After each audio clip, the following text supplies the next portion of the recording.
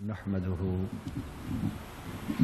ونصلي ونسلم على سيدنا ومولانا محمد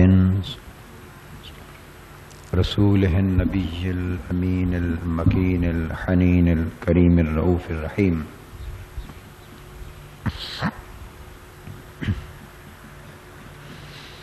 أما بعد،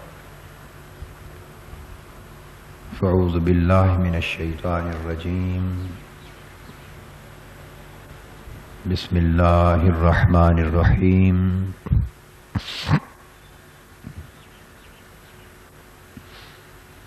قد أفلح المؤمنون الذين هم في صلاتهم خاشعون والذين هم عن اللغو معرضون والذين هم للزكاة فاعلون والذين هم لفروجهم حافظون إلا على أزواجهم أو ما ملكت أيمانهم فإنهم غير ملومين فمن ابتغى وراء ذلك فأولئك هم العادون والذين هم لأماناتهم وعهدهم راعون والذين هم على صلاتهم يحافظون أولئك هم الوارثون. صدق الله مولانا العظيم.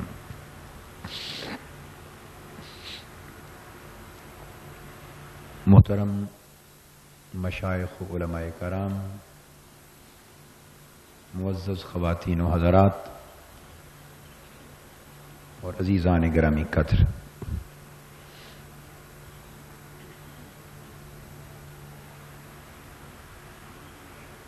آج بحمد اللہ تعالی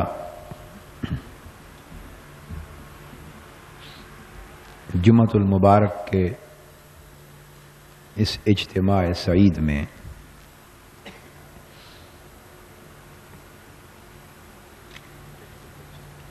منہاج القرآن یوتھ لیگ لاہور کا تنظیمی اور تربیتی کنونشن بھی شامل ہے۔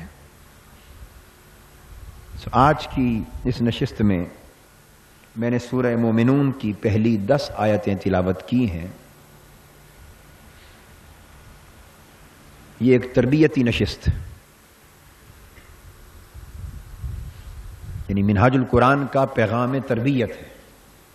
منہاج القرآن کا پیغام تربیت۔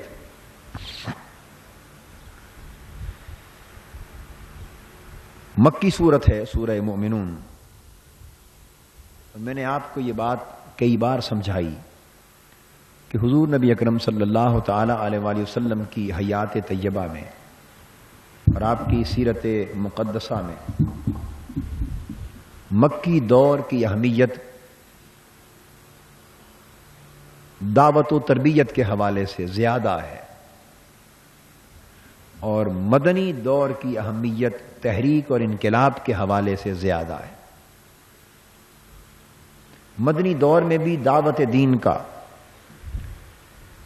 تہذیب نفس کا، تزکیہ اخلاق کا، تربیت کا کام روکا نہیں گیا تھا، اور یہ وہ کام ہے جو کبھی بھی نہیں روکا جا سکتا۔ جو قدم مشن کے آگے بڑھتے چلے جاتے ہیں اور تحریک اور انقلاب کے مرحلے جو آگے آتے چلے جاتے ہیں، تو دعوت اور تربیت کا کام اور اس کی ذمہ داری مزید بڑھتی چلی جاتی۔ مگر ہوتا یہ ہے کہ عام طور پہ کارکن تحریکی اور انقلابی مرحلے میں داخل ہوتے ہی دعوت و تربیت کے کام کی اہمیت کو نظر انداز کرنے لگتے ہیں۔ وہ سمجھتے ہیں کہ شاید ہم اس مرحلے سے گزر گئے، وہ سمجھتے ہیں کہ شاید ہمارا یہ کام ختم ہو چکا،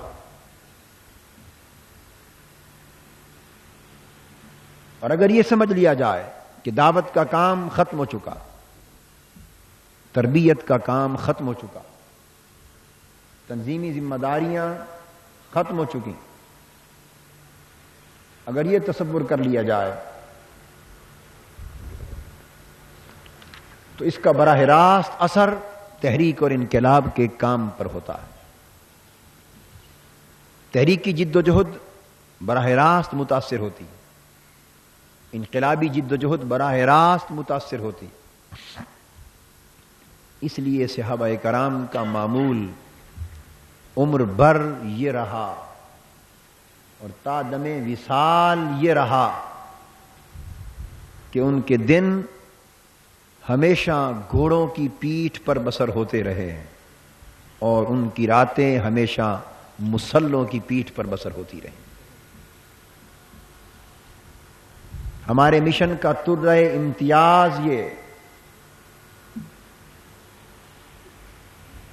کہ ہمارا پیغام، ہماری دعوت یہ ہے کہ جہاد اور تہجد کو جمع کیا جائے، جہاد اور تہجد کو جمع کیا جائے. یاد رکھ لیجئے اور میری اس بات کو کبھی بھلانے کی کوشش نہ کریں، خواہ اس کو ذہن سے اتار دیں گے یا عملاً فراموش کر دیں گے. یاد رکھ لیں، دنیا میں احیاء اسلام کے لیے اٹھنے والی کوئی تحریک، امت مسلمہ کی نشأت ثانیہ کے لیے اٹھنے والی کوئی تحریک اور مصطفوی انقلاب بپا کرنے کے لیے قائم کی جانے والی کوئی تحریک اس وقت تک کامیاب نہیں ہو سکتی جب تک اس تحریک کے سپاہی اپنی زندگی میں عمر بھر جہاد اور تہجد کو جمع نہ کرتے رہیں.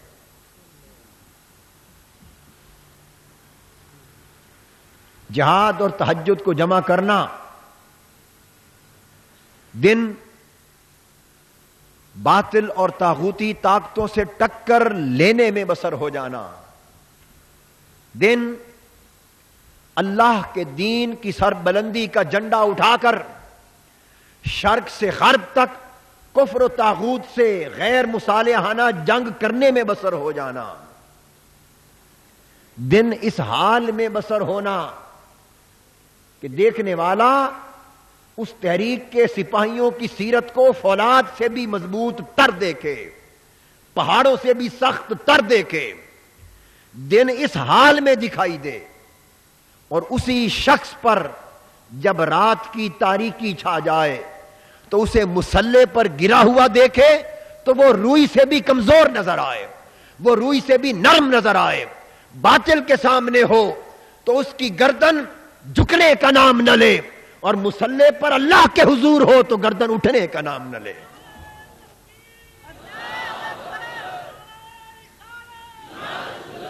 جب تک آپ کا کردار جہاد اور تہجد کی دونوں خوبیوں کو اشداء علی الکفار رحماء بینہم، کفر و طاغوت کے لیے سخت تر ہو جاؤ، باطل استحصالی طاقتوں سے ٹکرانے کے لیے فولادی کردار پیدا کر لو، فولادی عزم پیدا کر لو، فولادی طاقت اپنے اندر پیدا کر لو، ارادوں کو مضبوط تر، نیتوں کو مضبوط تر، حوصلوں کو مضبوط تر، عمل کو مضبوط تر رکھو کہ دنیا کا کوئی جابر، کوئی مستبد اور کوئی فرعون صفت شخص بھی تمہارے ارادوں کو کمزور نہ کر سکے، تمہاری گردن کو جھکا نہ سکے، تمہارے عزائم میں زلزلہ پیدا نہ کر سکے. دن کا جہاد اس انداز کی اور اس شان کی تصویر پیش کر رہا ہو، مگر رات کا تہجد یہ کیفیت دے رہا ہو کہ اللہ کے حضور مسلح پر لیٹے ہوئے سر بسجود اس طرح روتے ہوئے نظر آؤ جس طرح ماں کی گود میں بھوکا بچہ رو رو کے بلبلا رہا ہوتا ہے. نوجوانوں، مصطفوی انقلاب کے سپاہیوں اور تحریک منہاج القرآن سے محبت رکھنے والوں، یاد رکھ لو تمہاری کامیابی کا راز اسی تہجد اور اسی جہاد کو یکجا کرنے میں ہے.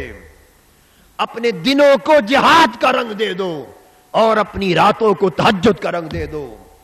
اگر یہ انقلاب آپ کی زندگیوں میں آ گیا اور آج ہی سے تمہاری سیرت و کردار اس انقلاب کے نور سے آراستہ ہو گئی تو دنیا کی کوئی طاقت مصطفی انقلاب کا راستہ نہیں روک سکتی.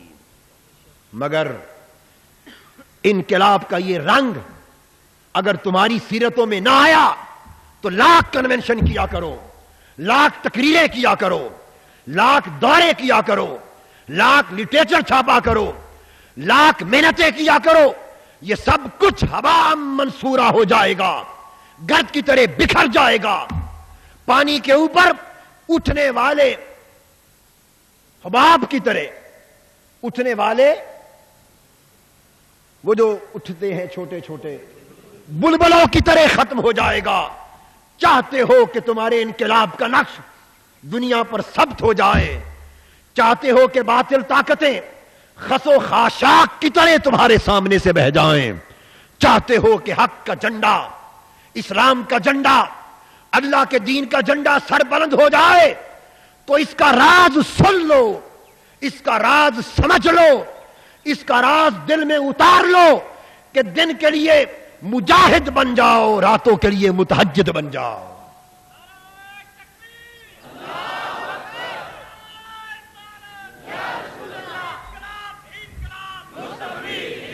سیرت اور کردار میں اس طرح کا انقلاب لائے بغیر اگلا کوئی اٹھایا ہوا قدم نتیجہ خیز نہیں ہو سکتا. میں ہر شخص سے یہ توقع تو نہیں کر سکتا کہ وہ اس پیمانے پر پورا اترے, مگر کم سے کم یہ نوجوان جو اس مشن کے سپاہی ہیں, جنہیں یہ امانت کل جن کو منتقل ہونی ہے, آج جو اس مشن کی قوت ہیں, جو میرا دست و بازو ہیں, مستقبل کو دیکھتا ہوں اور پھر آپ نوجوانوں کے چہروں کو دیکھتا ہوں اور مستقبل آپ ہی کے ذریعے تابناک دیکھتا ہوں. خدا را اللہ کے نام پر, حضور علیہ الصلوۃ والسلام کے گنبد خضرا کے نام پر, اس مشن کے نام پر, مصطفی انقلاب کے نام پر, اور اگر کوئی تعلق اور محبت آپ کو مجھ سے ہے تو اس محبت کے نام پر یہ درخواست کرنا چاہتا ہوں کہ آج ہی سے اپنی سیرتوں کو اس انقلاب کی راہ پر استوار کر لو کہ تم راتوں کو اٹھ کر رونے والے بن جاؤ. اگر اس قوم اور اس امت کے لاکھوں نوجوان راتوں کو آنسو بہانے والے بن جائیں اور ان کا آنسو بہانا نہ چھوٹے تو ساری تلواریں ایک طرف اور تمہاری راتوں کو بہائے ہوئے آنسو ایک طرف.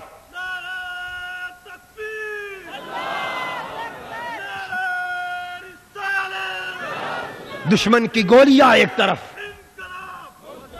دشمن کی گولیاں ایک طرف اور تمہاری شب کی تاریکیوں میں برسائے ہوئے آنسو ایک طرف, دشمن کے اسباب ایک طرف, ذرائع ایک طرف, وسائل ایک طرف, حکومت و سلطنت کا اقتدار ایک طرف, الغرض ساری رکاوٹیں, ساری سازشیں ایک طرف, مگر اس امت کے لاکھوں جوانوں کے رات کو گرنے والے آنسو ایک طرف. ان آنسوؤں کی طاقت کا دنیا کی کوئی طاقت مقابلہ نہیں کر سکتی. یہ نعرے فقط ہمارے مستقبل کو محفوظ نہیں کر سکتے, یہ نعرے مجھے اتنا خوش نہیں کر سکتے جتنا خوشی یہ جان کر ہوگی کہ اس کنونشن میں آنے والا نوجوان اور اس اجتماع میں شریک ہونے والا ہر فرد یہ سبق لے کر گیا ہے اور آج رات ہی سے اس کی رات اللہ کے حضور ہونے کے حال سے بدل گئی. میرا تقاضا تو یہ ہے, میری خوشی تو اس میں ہے, میرا مطالبہ تو یہ ہے, میری خواہش اور میری آرزو تو یہ ہے. اور پھر نوجوانان ملت, منہاج القرآن یوتھ لیگ کے عظیم نوجوان, آپ کے ذمے تو بہت بڑا بوجھ ہے آپ کے کندھوں پر. اس لیے ضرورت ہے کہ اپنی ذاتی سیرت و کردار سے اس انقلاب کا آغاز کیا جائے. کیا آپ تیار ہیں اس بات کے لیے؟ تو جوانیاں لوٹانا, جان دینا اور خون بہانا اور گردنیں کٹوانا یہ زیادہ مشکل ہے یا رات کے چند لمحوں کے لیے اٹھ کے مسلح پر رونا زیادہ مشکل؟ بتاؤ دونوں میں سے کون سا کام مشکل؟ بولیے. رات کے چند لمحوں کے لیے اٹھنا, اللہ کے حضور سر بسجود ہونا, گڑ گڑانا, رونا, ہچکی بندھ جانا اور اللہ سے مانگنا اس کی مدد و نصرت کا سوال کرنا، اپنے مشن کی کامیابی کا سوال کرنا، حضور کی امت کی بہتری کا سوال کرنا، دین اسلام کی سربلندی کا سوال کرنا. رونا بولو یہ مشکل ہے یا گردنیں کٹوانا مشکل ہے؟ جواب دینا. تو گردنیں کٹانے کے آپ نعرے لگاتے ہیں اور رات کو اٹھ کے رونے کی بات نہیں کرتے. تو میں آپ کے نعرے پر کیسے یقین کر لوں؟ ہے کوئی جواز یقین کرنے کا؟ بولیے. جو میری اتنی بات ماننے کو، یہ میں نہیں کہہ رہا کہ آپ نہیں مانتے، میں سمجھا رہا. اگر کوئی اتنی بات ماننے کو تیار نہ ہو کہ وہ رات کو پابندی سے اٹھا کرے اور رویا کرے اور اللہ کے حضور گڑ گڑایا کرے، جو یہ بات نہ مانے اور پھر جب میں آؤں تو وہ سارے کھڑے ہو جائیں اٹھ کر، ایک ہجوم ہو جائے، طوفان بپا کر دے اور نعرے شروع کر دے، گردنیں کٹوائیں گے، انقلاب لائیں گے، تو میں آپ کی یہ بات مانوں یا وہ بات دیکھوں؟ بولیے. ضرورت اس امر کی ہے کہ اگر گردنیں کٹوانے کا عزم رکھتے ہیں تو پہلے ان گردنوں کو اللہ کے حضور جھکانا سکھاؤ. ان گردنوں کو اللہ کے حضور جھکانا سکھاؤ. ان سروں کو اللہ کے حضور جھکانا سکھاؤ. میں آپ کو بتانا چاہتا ہوں اس سے بڑی اس کائنات میں اور کوئی طاقت نہیں ہے اس مخلوق کے اندر جو ایسے کردار رکھنے والوں کا راستہ روک سکے. قرآن مجید نے سورہ مومنون میں اس امر کا وعدہ فرمایا. ارشاد فرمایا قد افلح المؤمنون. یہ اللہ کا وعدہ ہے. تو میں عرض کر رہا تھا مکی دور کی صورت. مکی دور میں دعوت اور تربیت کے کام پر زور دیا گیا. مدنی دور میں تحریک اور انقلاب کے کام پر زور دیا گیا. تو یہ صورت شروع ہوتی ہے قد افلح المؤمنون، جس کا معنی یہ ہے کہ یقیناً ایمان والے کامیاب ہو گئے. بے شک ایمان والے کامیاب ہو گئے. یہ اللہ نے وعدہ فرما دیا. دوسرے مقام پر ارشاد فرمایا لا تہنوا ولا تحزنوا وانتم الاعلون واللہ وانتم الاعلون ان کنتم مؤمنین. پست ہمت نہ ہونا اور غم نہ کرنا. وانتم الاعلون، کامیابی تمہارے قدم چومے گی، کامرانی تمہارے قدم چومے گی، فتح و نصرت تمہارے قدم چومے گی، منزل مقصود کو پانا تمہارا مقدر بن جائے گا، بشرطے کہ ان کنتم مؤمنین، کہ تم مومن بن جاؤ. تم مومن بن جاؤ. کمی کیا ہے؟ واز تو پہلے بھی اس دنیا میں کم نہیں ہو رہے، تقریروں کی بھی کمی نہیں، جلسے جلوسوں کی بھی کمی نہیں، جماعتوں کی بھی کمی نہیں، لیڈروں کی بھی کمی نہیں، لکھی جانے والی کتابوں کی بھی کمی نہیں، مسجدوں کی بھی کمی نہیں، مدرسوں کی بھی کمی نہیں، خانقاہوں کی بھی کمی نہیں. کمی کسی شے کی نہیں. اور اگر ہے الا ماشاء اللہ کمی تو اسی مومنانہ کردار کی کمی ہے. اسی مومنانہ کردار کی کمی جس کے لیے اللہ رب العزت نے کامیابی کا وعدہ فرمایا. فرمایا انتم الاعلون ان کنتم مؤمنین. اللہ کا وعدہ ہے کامیابی و کامرانی تمہارا مقدر بنا دی جائے گی، مگر شرط یہ ہے کہ تم مومن بن جاؤ. اور ادھر بھی فرمایا قد افلح المؤمنون، بے شک مومن کامیاب ہو گئے، مومن بامراد ہو گئے، مومن فاتح اور کامران ہو گئے. اب اس کے بعد سوال پیدا ہوتا ہے کہ باری تعالی وہ مومن جن کی کامیابی و کامرانی کا آپ نے وعدہ فرما لیا ہے، ان مومنوں کی صفات کیا ہیں، ان کی علامات کیا ہیں؟ ان کی صفات کیا ہیں اور ان کی علامات کیا ہیں؟ اب مومنین کی صفات و علامات، وہ مومنین جن کے لیے اللہ نے کامیابی و کامرانی کا سرٹیفکیٹ عطا فرمایا، کامیابی اور کامرانی کی سند عطا فرمائی. جن کے لیے فتح و نصرت کا وعدہ فرمایا، فوز و فلاح جن کا مقدر ٹھہرا دیا، وہ مومن کون ہے؟ اب اگلی آیت میں اس کی پہلی شرط، پہلی صفت، پہلی علامت بیان کی۔ ارشاد فرمایا الذین هم فی صلاتهم خاشعون، مومنوں کی، جن مومنوں کی کامیابی کی ہم بات کر رہے ہیں، قرآن کہتا ہے ان مومنوں کی پہلی علامت یہ ہے کہ وہ اپنی نماز میں روتے دھوتے ہیں۔ ہم فی صلاتہم خاشعون، نماز میں خشوع اختیار کرتے، نماز میں خشوع اور خضوع ہوتا ہے، ان کی نماز میں عاجزی ہوتی، ان کی نماز میں اخلاص ہوتا ہے، ان کی نماز انکساری ہوتی، ان کی نماز خشوع خضوع اور تذلل کی غمازی ہوتی، وہ نماز میں اللہ کے حضور گڑ گڑاتے ہیں، وہ نماز میں اللہ کے حضور روتے ہیں، اور نماز حقیقت میں اللہ کے حضور جھکنا ہوتا ہے، ان کی نماز حقیقت میں اللہ کے حضور جھکنا ہوتا ہے۔ یہ خشوع اور خضوع کیسا؟ صحابہ کرام کہتے ہیں، ایک صحابی کہتے ہیں میں رات نصف شب یا پچھلے پہر کا وقت تھا، حضور علیہ الصلوۃ والسلام کی بارگاہ اقدس میں حاضری کے لیے گیا، میں نے دیکھا کہ آقا تنہا کھڑے نماز پڑھ رہے ہیں، رات کی نوافل ادا فرما رہے ہیں، اور رو رہے ہیں زار و قطار، اور رونے کی حالت میں سینے سے اس طرح کی آوازیں رو رو کے آ رہی ہیں جیسے آگ پر رکھی ہوئی ہنڈیا کے ابلنے کی آواز آتی۔ علامہ کہتے ہیں بو علی دانندہ آب و گل است، بے خبر ز خستگی ہائے دل است۔ بو علی آب و گل یعنی مٹی اور پانی کی دنیا اور اس دنیا کے فلسفوں سے تو بہت واقف تھا، مگر دلوں کے ٹوٹنے کے جو راز ہیں اور دلوں کے شکستہ اور خستہ ہونے کی جو حالات ہیں ان رازوں سے واقف نہ تھا۔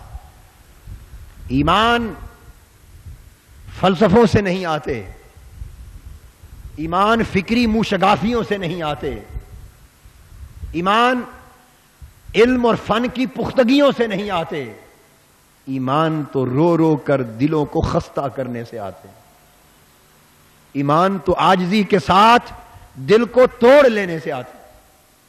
علامہ اقبال نے کہا کہ تیرا آئینہ ہے وہ آئینہ، تو بچا بچا کے نہ رکھ اسے، تو بچا بچا کے نہ رکھ اسے، تیرا آئینہ ہے وہ آئینہ کہ شکستہ ہو تو عزیز تر ہے نگاہ آئینہ ساز میں۔ اور جو سودا کرنے والے آتے ہیں وہ آئینے کو دیکھ بھال کے لیتے ہیں کہ کہیں ٹوٹا ہوا تو نہیں، آئینہ ٹوٹا ہوا ہو تو ہم لوگ خریدنے سے انکار کر دیتے ہیں، دنیا کے خریدار ٹوٹے ہوئے آئینے کو پھینک دیتے ہیں، مگر اللہ پاک ایسا خریدار ہے کہ یہ ٹوٹے ہوئے آئینوں کی تلاش میں ہوتا ہے۔ یہ جسے ٹوٹا دل دیکھتا ہے، جس دل کا آئینہ شکستہ دیکھتا ہے، جس دل کا آئینہ چور چور دیکھتا ہے، اللہ اس دل سے محبت کرتا ہے، اس آئینے کو اپنی دکان میں سجا لیتا ہے۔ ہم فی صلاتہم خاشعون، کامیابی حاصل کرنے والے مومنوں کی پہلی علامت یہ ہے کہ وہ اپنی نمازوں میں خشوع اختیار کریں۔ منہاج القرآن یوتھ لیگ کے جوانوں اور مصطفی انقلاب کی اس عظیم تحریک کے سپاہیوں، یہ آپ کا ترہ امتیاز ہونا چاہیے کہ جب اللہ کے حضور نماز کے لیے پیش ہو جاؤ تو نماز میں وہ خشوع ہو، وہ خضوع ہو، نماز میں اس طرح گم ہو جاؤ، وارفتہ ہو جاؤ، اور اس میں اندر وہ شکستگی حاصل کرو، رونے کی وہ کیفیت ہو، اللہ کی یاد میں استغراق اور انہماک کی وہ کیفیت ہو، استہلاک کی وہ کیفیت ہو کہ اللہ کے حضور آپ کے پیش ہونے کا انداز دیکھ کر دیکھنے والا اندازہ کر لے کہ یہ منہاج القرآن کے مشن کا آدمی ہے۔ یہ اس مشن کا آدمی ہے کہ جسے اللہ کے حضور پیش ہونے کا یہ ادب آ گیا ہے، جسے اللہ کے حضور جھکنے کا یہ سلیقہ آ گیا ہے، جسے اللہ کے حضور رونے کی اس لذت سے آشنا کر دیا گیا ہے۔ اگر آپ اس رونے کی لذت سے، اس انکساری کی لذت سے، اس تعلق باللہ کی لذت سے، اس خشوع اس صلاۃ کی لذت سے آشنا نہ ہوئے تو سمجھیں کہ مشن آپ کے من میں اترا ہی نہیں ہے، مشن آپ کے دل میں اترا ہی نہیں ہے، مشن آپ کی زندگی کا حصہ بنا ہی نہیں ہے۔ اس لذت سے آشنا ہوئے بغیر اور اس لذت کو زندگی کا حال بنائے بغیر، یاد رکھ لو اس مشن کی اگر ہم باتیں کریں گے یہ منافقت ہوگی، یہ دجل ہوگا، یہ فریب ہوگا، یہ دھوکہ دہی کے سوا کچھ نہ ہوگا۔ تو کیا اس پہلی شرط کو پورا کرنے کے لیے تیار ہیں تیار؟ پختگی سے بات کریں، ایسی تیاری اختیار کریں ایک عمر پر چھوٹنے کا نام نہ لے۔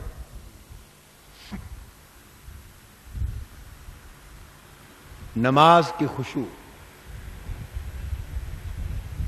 پہلی شرط نماز کی خشوع کو قرار دیا گیا۔ دوسری شرط فرمایا والذین هم عن اللغو معرضون، نماز میں خشوع و خضوع اختیار کرتے ہیں، اس کے نتیجے میں ان کی طبیعتوں میں انکساری آ جاتی، تکبر ختم ہو جاتا، رعونت ختم ہو جاتی، انکساری آ جاتی۔ اور والذین هم عن اللغو معرضون، اور دوسری شرط یہ ہے کہ وہ لوگ لغو، بیہودہ اور بیکار باتوں سے اپنے دامن کو بچا لیتے، ان سے کنارہ کش ہو جاتا۔ اب ہم اپنے گریبانوں میں ذرا جھانک کر دیکھیں، سوال یہ نہیں ہے کہ کوئی کہے جی یہ جوانی کی زندگی ہی ایسی ہوتی، یہ کس نے بتا دیا سبق آپ کو کہ جوانی کی زندگی ہی ایسی ہوتی ہے؟ جس رخ پہ چاہیں اسے ڈھال دیں، جس رخ پہ چاہیں اسے ڈھال دیں۔ بیہودہ بیکار لغو باتوں میں زندگی گنوانے والے جوان بھی ہوتے ہیں، اور ان باتوں سے کنارہ کش ہو کر اپنے مشن میں مست رہ کر گزر جانے والے بھی جوان ہوتے ہیں۔ مگر قرآن مجید نے دوسری شرط یہ لگائی عن اللغو معرضون، لغو بیہودہ بیکار باتوں سے کنارہ کش ہوتے۔ اس میں ایسی گپ شپ لگانا جو لغو، جس میں جھوٹ ہو، جس میں رعونت ہو، جو فضول زمرے میں جائے، جو بے معنی ہو، بے مقصد ہو۔ اہل ایمان جنہیں کامیابی کا وعدہ کیا گیا ان کے لیے شرط لگائی کہ وہ لغویات سے اپنے آپ کو پاک کر لیں، بیہودہ بیکار باتوں سے اپنے آپ کو پاک کر لیں۔ یہ زیب نہیں دیتا کہ آپ اس عظیم مشن کے جوان اور سپاہی بھی ہوں اور زبان آپ کی بیہودہ باتیں کرتی پھرے، زبان سے لغو باتیں نکلتی پھریں، زبان لغویات، بے معنی، بے مقصد، بلکہ خلاف اخلاق اور خلاف تہذیب باتوں میں مشغول رہے۔ آپ ایک دوسرے کو گالیاں دیں، کیوں دیں؟ یا گالیاں دینا سیکھ لیں، یا گالیوں، لغو، بیہودہ بیکار باتوں کی راہ اپنا لیں، یا مشن کی راہ اپنا لیں۔ دو باتوں کو ملا کر نہیں چلایا جا سکتا۔ اس زبان سے آپ اللہ کی بات بھی کریں اور شیطان کی بات بھی کریں، یہ کیا سوداگری ہے، یہ کیا دجل ہے، یہ کیا تضاد ہے، یہ کیا مذاق ہے کہ اللہ سے پیار کی بات بھی اسی زبان سے کریں، گالی گلوچ، لغو اور بیہودہ بات بھی اسی زبان سے کریں۔ میں آپ کو ہمیشہ یہ شعر سناتا ہوں کہ دورنگی چھوڑ دے یک رنگ ہو جا، سراسر موم یا پھر سنگ ہو جا۔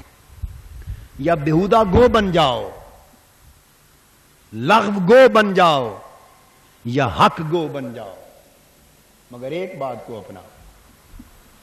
ہمارا طریقہ کیا ہے؟ مسجد میں آئے تو اللہ اللہ کرنے لگے، باہر نکلے تو رام رام کرنے لگے۔ نیک مجلس میں آئے، کتاب و سنت کی، شریعت کی، اسلام کی، اللہ اور اس کے رسول کی بات کرنے لگے، اور مسجد سے نکلے، مجلس سے نکلے، زندگی کی عام عملی ڈگر پہ چلے تو وہی لغو بات، وہی بیہودہ بات، وہی بیکار بات، وہی باطل بات، وہی کذب، وہی جھوٹ، وہی تہمت، وہی افتراء، تاکہ دیکھنے والا یہ سمجھ ہی نہ سکے کہ کیا یہ وہی شخص ہے جسے چند لمحے مسجد میں دیکھا تھا نعت سنتے ہوئے؟ کیا یہ وہی ہے جسے مسجد میں نعت سنتے اور سر دھنتے ہوئے دیکھا تھا؟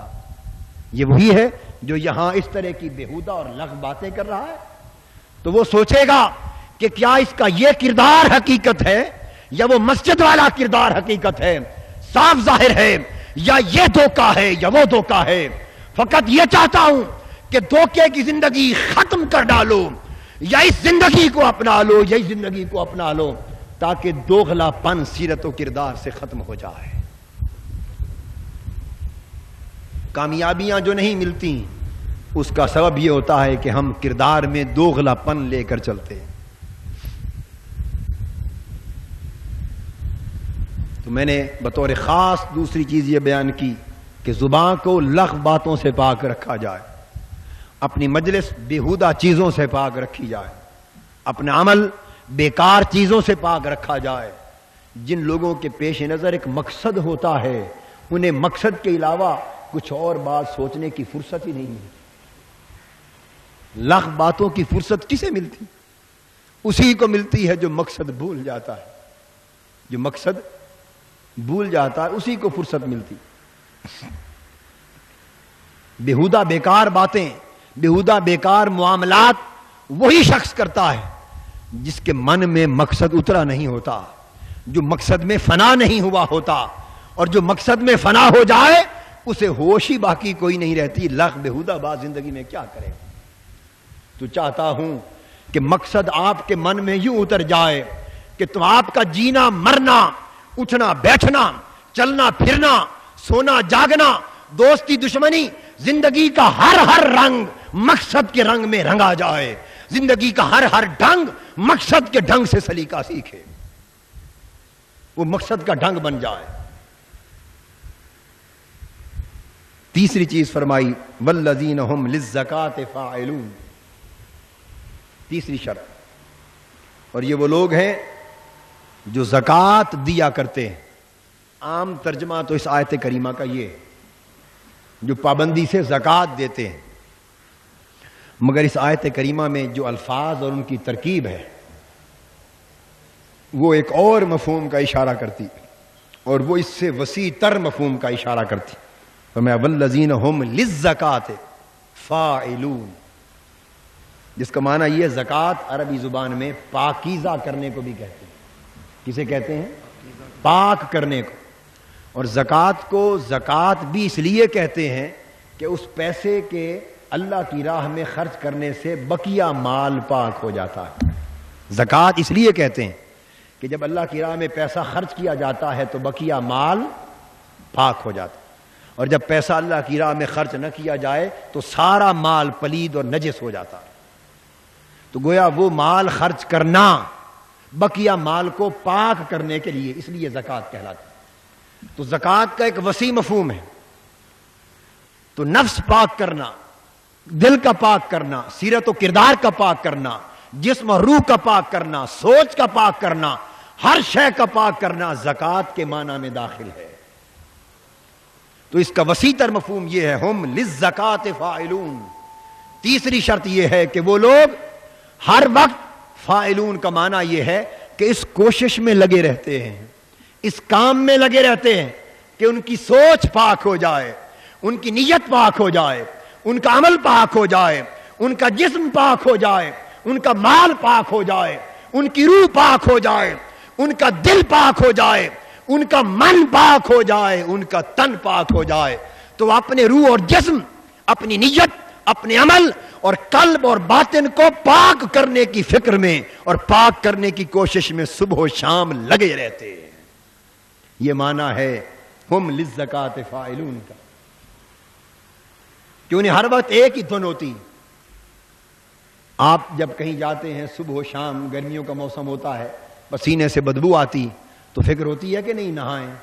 بولیے، نہانے کی ایک فکر ہے تاکہ جسم پاک صاف ہو جائے۔ کپڑوں سے پسینے کی بدبو آتی ہے، کپڑے میلے ہو جاتے ہیں، تو ایک فکر، تشویش لاحق ہو جاتی، بھئی میلے گندے کپڑے ہیں نہ پہنوں، دھلے ہوئے صاف کپڑے پہنوں۔ تو دوستو جس طرح جسم سے بدبو آئے تو آپ پریشان ہو جاتے ہیں اور اسے پاک کرنے صاف کرنے کی فکر کرتے ہیں، کپڑے میلے ہو جائیں تو آپ کو پریشانی لاحق ہو جاتی ہے اور صاف کرنے کی فکر ہوتی ہے۔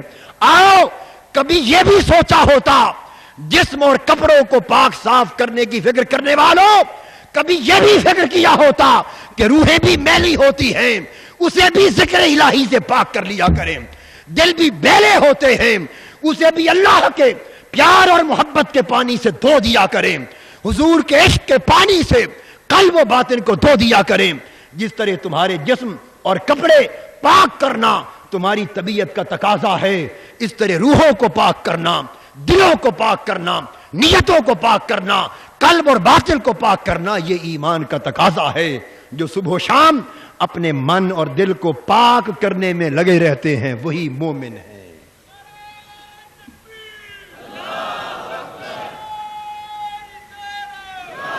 وہی مومن ہے۔ اس لیے مجھے وہ شعر تو یاد نہیں رہا، کسی عارف کا شعر ہے، ہمارے کچھ بچے سنایا کرتے ہیں، غالباً بلے شاہ صاحب کا یا کیا، مفہوم اس کا یہ ہے کہ کپڑے بھی دھوتے، جسم بھی دھوتے، ہر چیز دھوتی، پر دل دھون دی فکر نہ کی تھی۔ دل پلید، کپڑے ہم پاک کرتے ہیں مگر دل پلید رہتا ہے، جسم پاک کرتے ہیں مگر روح پلید رہتی ہے، ظاہر پاک کرتے ہیں مگر باطن پلید رہتا ہے۔ اس کا مطلب یہ ہوا کہ یہ ساری پاکیزگی ایک دکھلاوا ہے، ریاکاری ہے۔ آؤ پاکیزگی دکھلاوے سے چھوڑ کر اسے من میں اتارنے کی کوشش کرو، پاکیزگی کو ظاہر کی بجائے باطن میں اتارنے کی کوشش کرو، اور باطن پاک ہوگا حسن نیت سے، باطن پاک ہوگا اخلاص سے، باطن پاک ہوگا تعلق باللہ سے، باطن پاک ہوگا عشق رسول سے، باطن پاک ہوگا تواضع سے، خشوع و خضوع سے، انکساری سے۔ اللہ کے حضور جو روتے رہو گے تو آنسوؤں سے، جس طرح نلکے کے پانی سے جسم کا میل دھلتا ہے، اسی طرح آنسوؤں کے پانی سے روح کا میل دھلتا ہے، آنسوؤں کے پانی سے دل کا میل دھلتا ہے۔ آؤ آنسوؤں سے دلوں کی تختی کو دھویا کریں، دلوں کی دنیا کو دھویا کریں۔ ہم گھر صاف رکھتے ہیں مگر دل کے گھر کو صاف کرنے کا کبھی فکر نہ کیا۔ فرمایا والذین ہم للزکاۃ فاعلون، جو ہمارا ظاہر و باطن کو پاک کرنے کی فکر میں لگے رہتے ہیں۔ اور پھر چوتھی شرط بیان کی، والذین ہم، پانچویں شرط، والذین ہم لفروجہم حافظون۔ تو جب ظاہر اور باطن، نیت و عمل، قلب و روح ہر شے پاک ہو گئی تو نتیجہ کیا ہے؟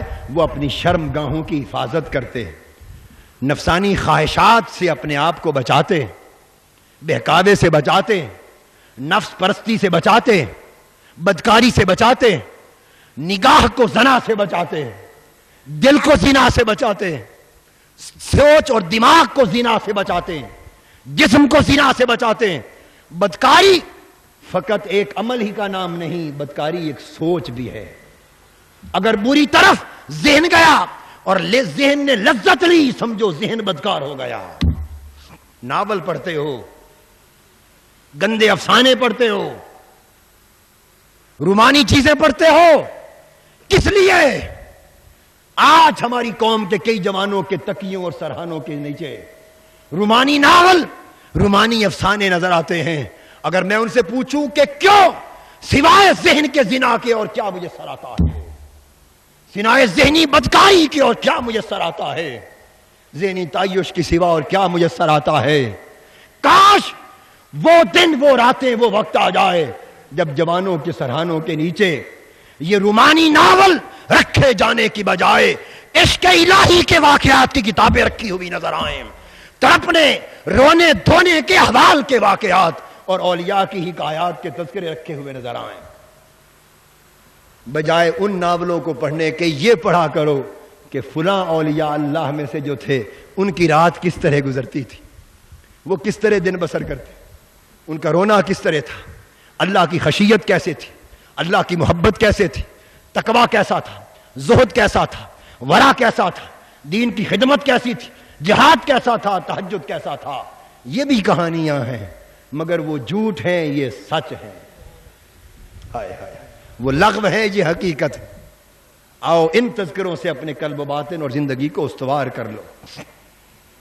اور 6 اور 7ویں آیت میں استثناء بیان کیا کہ بدکاری سے بچتے ہیں، جسم و روح کو پاک رکھتے ہیں، مگر جو شادی شدہ ہیں اللہ نے شادی کا راستہ اس خواہش کی جائز تکمیل کے لیے پیدا کر دیا. نفسانی خواہشات کی جائز تکمیل کے لیے شادی کا راستہ، نکاح مسنونہ کا راستہ پیدا کر دیا ہے. پر جب اللہ نے یہ راستہ دے دیا ہے پھر حرام کی طرف کیوں جاتے ہیں؟ اور اس کے بعد فرمایا والذین هم لاماناتهم وعہدهم راعون، آیت نمبر 8. اور پھر یہ وہ لوگ ہیں جو عہد کرتے ہیں، جو وعدہ کرتے ہیں، اور جو امانتیں ان کی سپرد کی جاتی ہیں ان کی نگرانی کرتے ہیں، ان پر خبردار رہتے ہیں، انہیں نبھانے کی فکر کرتے ہیں، ان کی ادائیگی کی تشویش انہیں لگی رہتی ہے. جو وعدہ کرتے ہیں، آپ کے سپرد ایک ذمہ داری کر دی گئی. منہاج القرآن یوتھ لیگ ہو، ادارہ منہاج القرآن ہو، منہاج القرآن علماء کونسل ہو، منہاج القرآن ویمن لیگ ہو، عوامی تحریک ہو، الغرض مصطفی انقلاب اور احیاء دین کی کوئی سمت اور کوئی جہت ہو، جب کوئی ذمہ داری آپ کے سپرد کر دی گئی، خواہ ایک عام رفیق مخلص اور ممبر کے طور پر، خواہ کسی آفس ہولڈر کے طور پر، جو ذمہ داری کر دی گئی، قرآن نے کہا کہ اس ذمہ داری کو نبھانے کا حق ادا کر دیتے ہیں، اسے امانت سمجھتے ہیں، اس میں خیانت نہیں کرتے، اسے وقت دیتے ہیں، اس کے تقاضے پورے کرتے ہیں، اس کا لحاظ کرتے ہیں، اس کی خبرگیری کرتے ہیں، اس کی نگرانی کرتے ہیں، اور دن رات اس حق کی ادائیگی کی فکر ان کے ذہن میں قائم رہتی ہے. اور جو وعدہ کرتے ہیں اس کو نبھاتے ہیں، وعدہ توڑتے نہیں. اس کے بعد آیت نمبر 9 میں آخری شرط بیان کی، فرمایا والذین هم علی صلاتهم یحافظون. اور پھر لوٹا دی بات کو.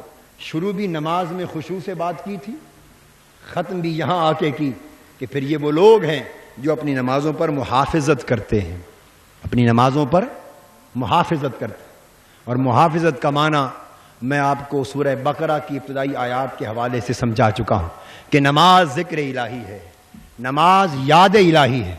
اس پر محافظت کا معنی یہ ہے کہ صرف نماز کے وقت ہی اللہ کو یاد نہیں کرتے، بلکہ نماز کے علاوہ بھی صبح و شام اللہ کی یاد ان کے دلوں میں گھر کیے رہتی ہے.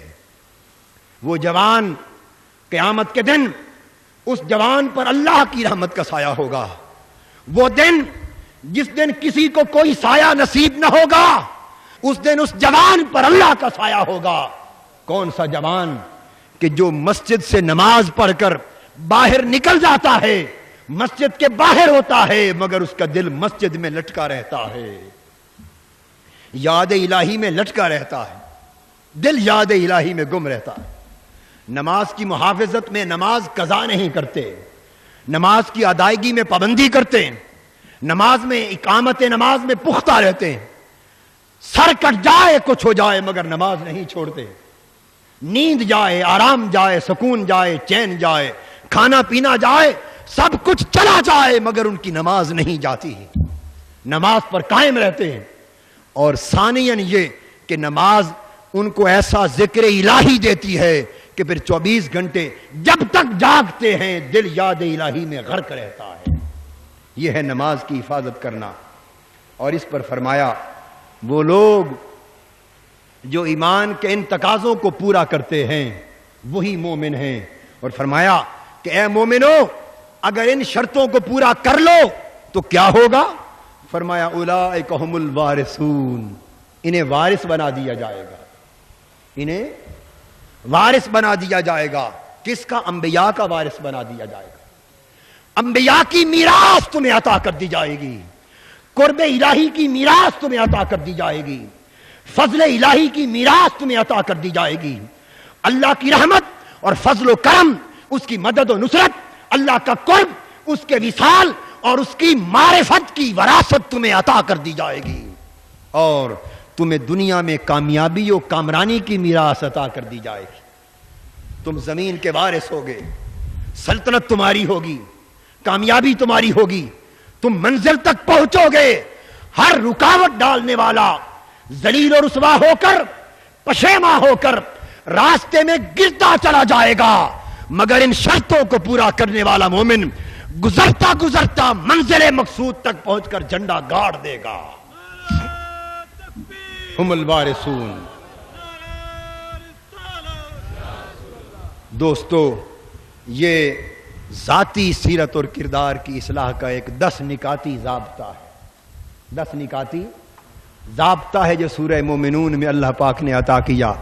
چونکہ مکی صورت ہے تو پتہ چلا کہ مکی دور میں حضور علیہ الصلوۃ والسلام صحابہ کرام کی جو انفرادی اصلاح فرماتے، ذاتی تربیت فرماتے، اس تربیت کا نصاب کیا تھا، آج اس نصاب میں سے ایک سبق آپ کو سنایا ہے۔ مکی دور میں مصطفوی تربیت کے نصاب کا ایک سبق سنایا ہے۔ یہ 10 نکاتی فارمولہ ہے، اس نسخے کو اپنا لو، ذاتی سیرت و کردار میں وہ انقلاب آ جائے گا، اور جب ذاتی سیرت و کردار میں یہ انقلاب آ جائے تو پھر سرزمین پاکستان پر مصطفوی انقلاب کا راستہ دنیا کی کوئی باطل طاقت نہیں روک سکتی۔